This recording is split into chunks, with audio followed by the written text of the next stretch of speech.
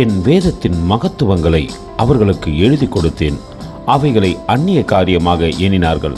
ஓசியா 8:12. அன்பின் தேவ பிள்ளைகளே, எந்த மனுஷன் வேதத்தை அதிகமாய் நேசிக்கின்றானோ அந்த மனுஷனுடைய வாழ்க்கை மாற்றப்படுகிறது. வேதத்தை எழுதுவதற்கு உதவியாக இருந்த மோசே அந்த வேதத்தை நேசித்தபடியினாலே அவருடைய வாழ்க்கை மாற்றப்பட்டது மட்டும் அல்லாதபடிக்கு தேவன் அவருக்கு சாட்சி கொடுக்கிறார், என்னுடைய வீட்டிலே எங்கும் உண்மை உள்ளவன் என்று. நாமும் வேதத்தை வாசிக்கின்றவர்களாய் மட்டும் இல்லாதபடிக்கு அதை அதிகமாய் நேசிக்கின்றவர்களாய் இருப்போமானால் நிச்சயம் தேவனுக்கு பிரியமான பிள்ளைகளாய் நாம் செயல்படுவோம், நம்முடைய வாழ்க்கையை மாற்றப்படும். அந்த அன்பின் தேவனுக்கு நேராய் நம்மை தாழ்த்தி தரை மட்டும் ஒப்புக் கொடுத்து வேதத்தை நேசிக்க எங்களுக்கு கற்றுக்கொடும் என்று சொல்லுவோமா? கர்த்தர் எங்களை ஆசீர்வதிப்பாராக. ஆமென். எங்களோடு கூட இணைந்து ஊழியம் செய்ய விரும்பினால் இந்த வார்த்தைகளை மற்றவர்களுக்கும் பகிர்ந்து கொடுங்கள். இது ராஜ்யத்தின் சுவிசேஷம்.